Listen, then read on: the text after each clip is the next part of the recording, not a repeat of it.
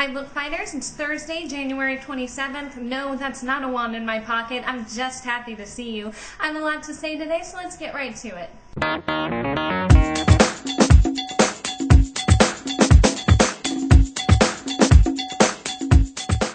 So as you should definitely know by now, this month was Lord of the Rings month, where we were all reading Lord of the Rings together, and this week I read Return of the King, which is the most beautiful piece of literature ever written. Absolutely the best of the trilogy, the best book ever. There's a lot to love about this book. By the time you get to Return of the King, you're used to his style, so that doesn't distract you anymore like it might when you're in Fellowship of the Rings. And there's also so much that happens in this book. You have epic battles, you have elves, you have returning to the Shire, and everything you could want is in this book, and it's just so beautifully put together. You have moments like the Paths of the Dead, which is my favorite part of the Lord of the Rings, which is just so creepy and unsettling. And then you have Frodo at Mount Doom, the rings destroyed, and they're outside looking up at the stars, and it's just this darkest moment. You're at the very pit of despair, and then in the next page you're at this high point, and it's just so joyful, and it never feels fake or forced. It's just so magnificently done that you can go from the very darkest point of the story to the brightest point of the story that quickly and that well. It's incredible. So what you get in Return of the King, that you get actually all throughout the trilogy, and also in pretty much every other hero story ever written, is this concept of the terrible burden of destiny. So you have choice, and you have free agency, which I meant to talk about last week with the Two Towers. You'll just have to pretend that I did. And then you also have this theme throughout the story that everybody has the potential for evil and the potential for good.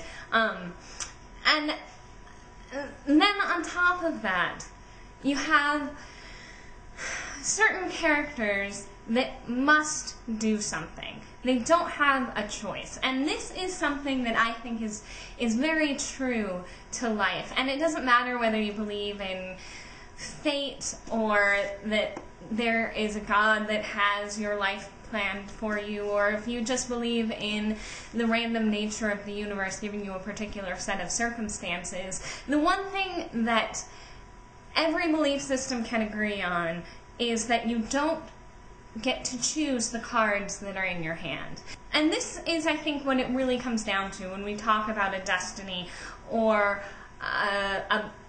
a quest, something that you have to do. And I think that a lot of people, though I wouldn't say everybody, does feel at some point in their life they are given a set of circumstances that they must choose how to go about it, and they can do it in a positive way and make it a growth experience, if nothing else, in their life, or they can let it twist them and become this sort of dark person, and go more towards the evil side of things. And that's what you get, I think, a lot of, is the terrible burden of destiny. That line, it's from a Carl Sandburg poem.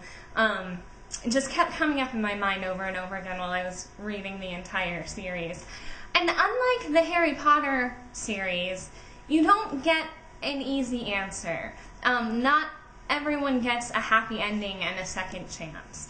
You have the reckoning of the Shire, which is the very end of the book. It was not in the movie, and all of the Tolkien purists are going to gasp and throw up a little in their mouth, but even though I feel like it's absolutely integral to the books, I don't feel like it had a place in the movie, but that's another discussion. When you have Frodo returning to the Shire for the first time, and he sees that it's been corrupted, that he couldn't protect his home at the end of the day. Even though he defeated the Dark Lord, he comes home and it's not what it used to be. And even after they purge it and return it to the way that it was, there are certain scars that don't heal, both for Frodo himself and for the Shire. That memory is there. That past is still a part of them. And you don't get to leave that all behind you, even after it's healed. And then you have Frodo, and he doesn't feel at home in the Shire anymore. He spent the whole series, 13 months, I think it was, something like that, going on this quest to save the Shire and to come home and live his peaceful hobbit life. And when he comes back, it's not home anymore, because this destiny has taken him in this place, and he's had these experiences. The home that was getting him through it is not for him anymore. And I certainly have had that feeling. I think many people do, especially when you leave home and you go off and start your own life, and then you go back over the holidays, visit your family or whatever. It's different. Everything is the same, but your experience of it is different. And I think that's a hard thing in life, but I think that it's a true thing. And I think that it's much truer than the way it was handled in the Harry Potter books. Not that it's a criticism of those books, because I don't think that that was their ultimate aim. But the bottom line is, the Shire is not Hogwarts. You don't always get to go back. And I actually feel like that's the most important idea, at least this time when I read the books, was this idea of the terrible burden of destiny. Because you don't get to choose what life gets you. Like Gandalf says in the first book, when Frodo says that he wishes none of this would have happened, he says, so does everyone that's seen these times. But that's not for you to decide. What you have to decide is what to do with the times that are given to you. And that's an important thing to meditate upon, to apply to your own life. And I feel like that is why literary theory, why reading things complexly is important, because it's not about getting the most out of the story necessarily, or getting down to what the author is trying to tell you, but it's about life. It's about your own life, it's about people, it's about deconstructing the world around you, and that's why literature is important. So that's just what I was thinking of this time when I read the books. Though the great thing about these is that every time that I've read these books, I've come away with a different impression of what they were all about. I know the first time that I read them, I was very into like Frodo's journey and him being like the little guy that no one thought could do it, and persevering even when everything seemed impossible, and it was this great victorious tale. And this time when I read it, it seems very bittersweet. That you get a victory, but it's not the victory you were hoping for. And that's what I got this time. And when I go back and reread it again in a year or 2 years, whenever I decide to do that again, I'm sure that I'll come away with a different impression of it that time. And I think that's the test of good literature. If every time you read the books you have the same experience, I would argue that that's probably not a very complex story. I think the best literature shows you something different every time you read it, which is why it's so accessible, and you can come back to it again and again, because even though the words are the same, the story is different. Which actually, now that I'm saying it out loud, kind of ties into the whole Frodo returning to the Shire. It's different. You go out and you experience life, and you come back to it, and it's a different story. It's a different place. And so, yeah, that is why I love Lord of the Rings. If you haven't read them yet, you really should. I cannot possibly recommend these books high enough. They are the best literature I have ever read. And as you can see, that's not a term that I just throw around lightly. So next week I'm going to be reading my first book on the Kindle. It's going to be Boy Meets Boy by David Levithan. I kind of needed something light and easy and fun this time, because the last month has been pretty heavy. Even Ode to Kirihito, even though it was an easy read, it was still kind of like trying. So I just needed something fun. So that's going to be next week. questions. Dan's question about writing in books.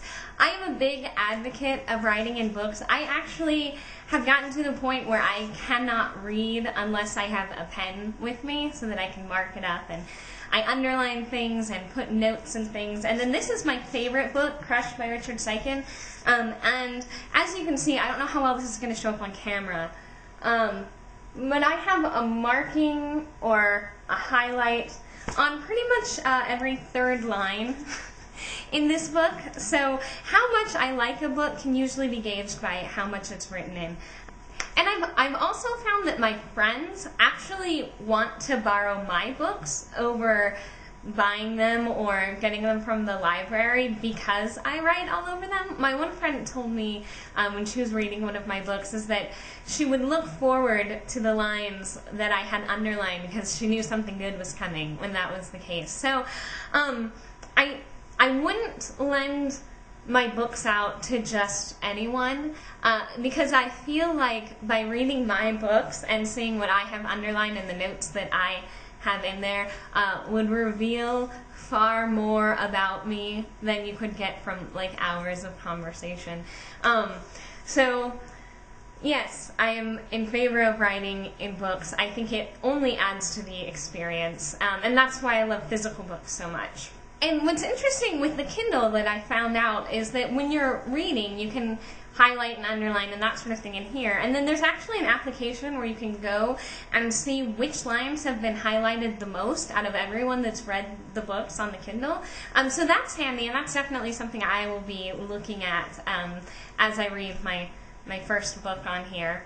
My question for you this week, I am blatantly ripping off from those Writer Girls link in the bookshelf. Dan talked about them earlier this week. I was watching their videos, and one question that they asked was, what 3 books would you take with you to a desert island?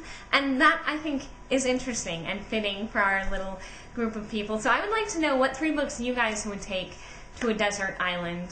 For me, I would, of course, take Lord of the Rings, and I think you can put them as one book because they're sold as like one volume, and they were originally written to be one book, but the publishers broke it into 3, so I think I can get away with that one and not call it cheating. I would also bring Infinite Jest because I feel like if I were on a desert island, I could actually freaking finish this thing. It's called Infinite Jest because it's a joke if you think you're ever going to finish.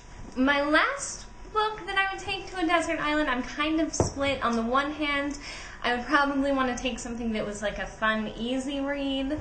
But on the other hand, I think that I would really want some poetry with me. And if I were going to do that, I would want something that was going to last a little bit. So I'd probably take something like the Norton Anthology of Poetry. As you can see, I'm a fan of that one because there's so much in it, and so I'd probably take that so I could have some poetry with me too. Alright, that's my question for you. What 3 books would you take to a desert island? Sarah, our punishment that Dan pointed out like 2 weeks ago, you were out of video contact for a while there, so I just sort of let it slide. But now that you're back with us full time, we need to make this happen because it will be magical. So I'm going to get in contact with you in the next day or so with lines for us, and we'll work out how exactly we want to do it. We'll probably post it as a separate video over the weekend because I have a feeling it's not going to be super short. So look forward to that. It is coming. I just wanted to assure you, Dan, so that you wouldn't feel like you suffered through Paris Hilton for nothing. And it just makes my heart smile that you did. So that is all that I have for you this week. Julia, I will see you tomorrow.